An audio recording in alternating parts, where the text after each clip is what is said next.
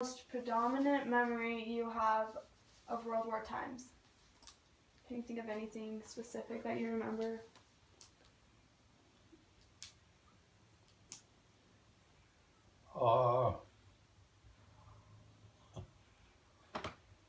She can tell you a little bit. I was cheated in that I was at Camp Kiesel, Boy Scout camp,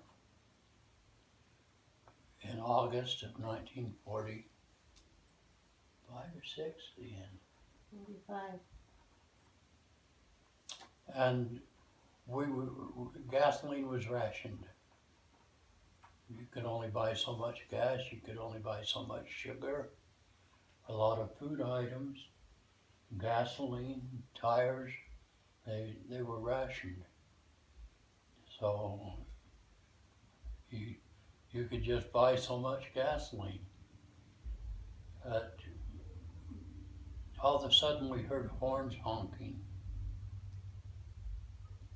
and fathers pulling into the parking lot and getting out, and some of them were ripping up their coupon book. And we thought, what?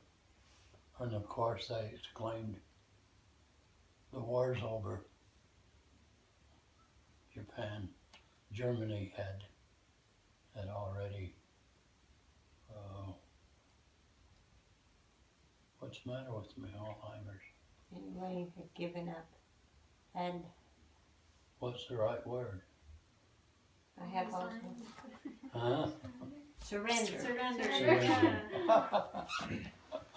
And in August, the third week of August, the Japanese surrendered. There were great celebrations in every community, but we felt cheated because we were at scout camp and missed the big celebration downtown. All right, but probably the predominant memory and the sweetest memory for our family anyway was to have all three of the brothers return home. Edward had moved on to California to work for the aircraft company, Lockheed Aircraft, that manufactured many of the fighters, airplanes. So I remember Uncle Marvin coming home. He had not had ice cream in 4 or 5 years. Couldn't do that. And we didn't eat a lot of ice cream. We would get a 1-quart brick, Yeah, it was just like a square brick. a square, And you'd just about the slice size of well, they called them bricks. Just 1 quart, all right? That's 1/2 of what we buy in the half-gallon containers, all right? And as many people as there were at home, there were about 9 of us left at home. One of the sisters would mark out the top of the ice cream so that there'd be 9 slices about 3/4 of an inch or so thick, all right?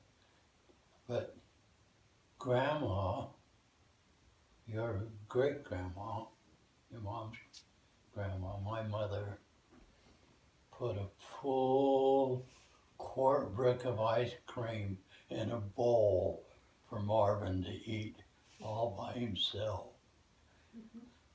because he hadn't had it. But gladness for those that returned, sadness for those that didn't return.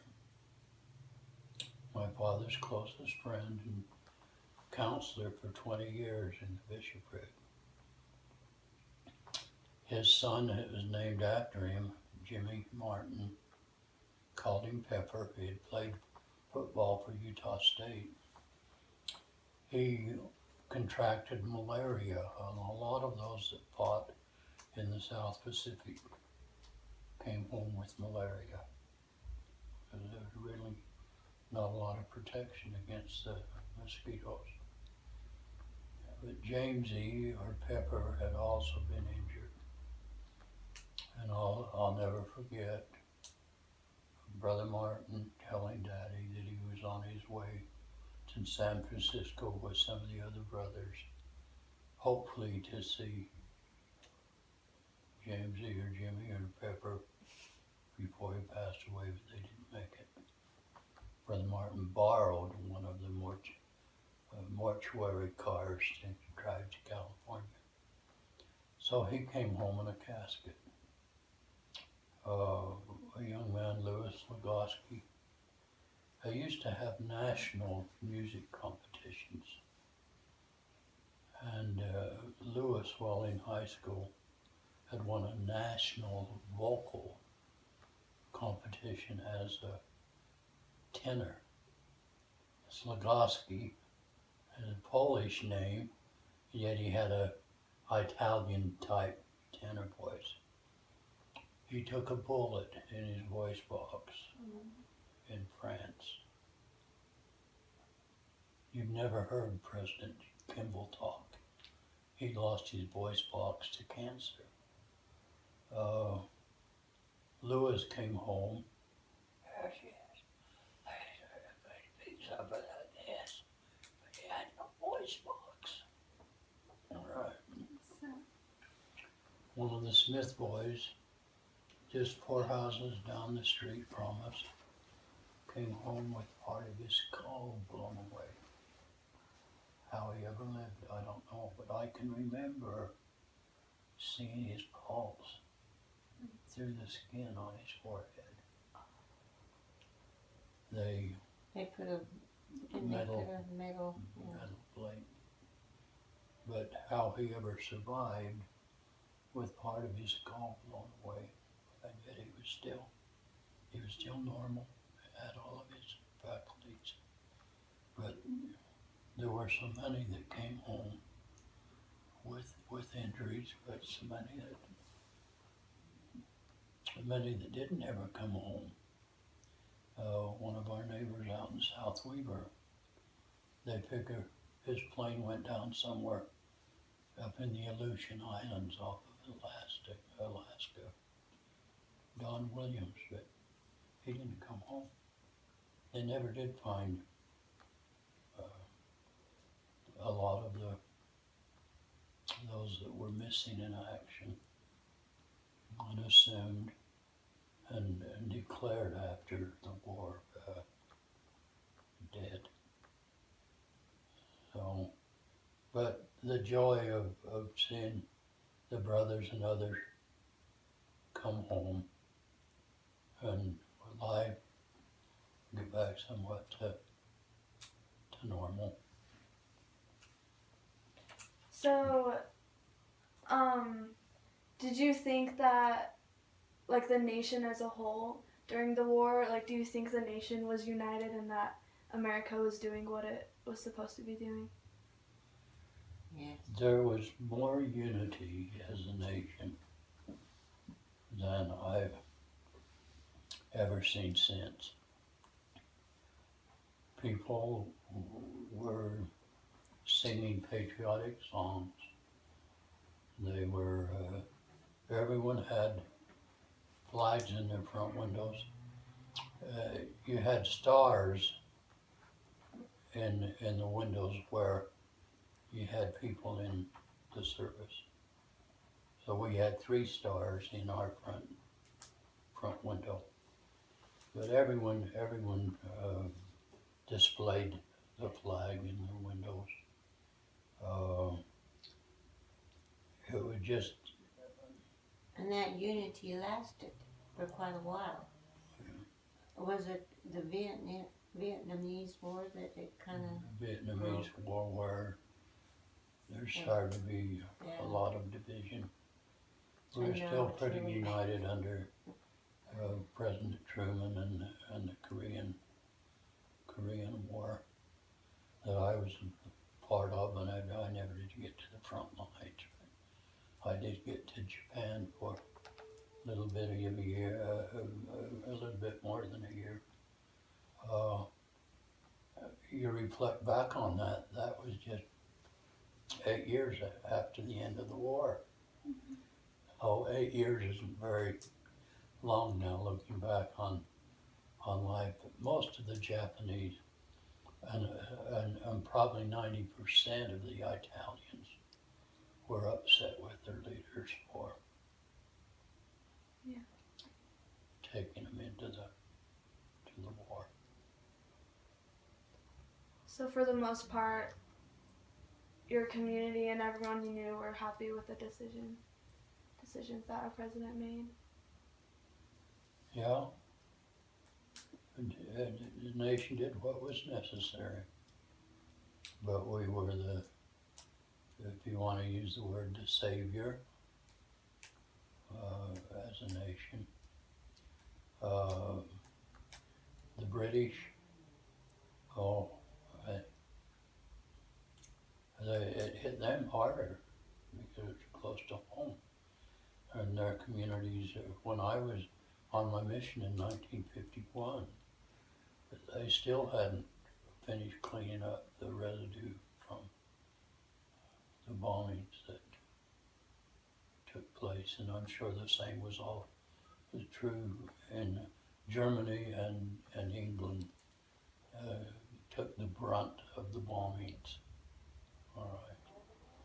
But the Germans used incendiary bombs, fire bombs. All right. Oh, and their favorite target was the churches, to just psychologically, weigh heavily on the people. So when I got to England in 1951, there were still all kinds of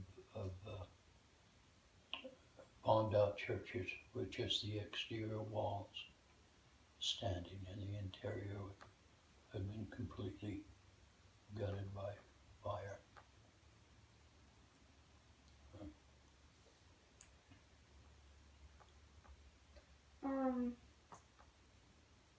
So what did you guys hear a lot about like the stuff going on in Germany, like with like the Holocaust and things like that, with concentration camps? Did you guys hear a lot about those, or was it? We heard about it, but we heard more at the conclusion of the war when our troops got to those facilities and saw the ovens where humans were just in mass numbers killed in the ovens. And of course, the Germans didn't treat prisoners of war nearly as well as the Allies treated the prisoners. We had hundreds of German and Italians, but more Italians, that came into the Ogden area and worked. They'd even go out, they'd put them to work in the fruit farms. But I would say at least 90% of the Italians were upset with Mussolini for taking them into the war. And you could tell when I was in Japan in 1954, some of the older ones that you knew had been in the Japanese military. They were congenial, but there was a little bit of an undercurrent. But my feeling was that the vast majority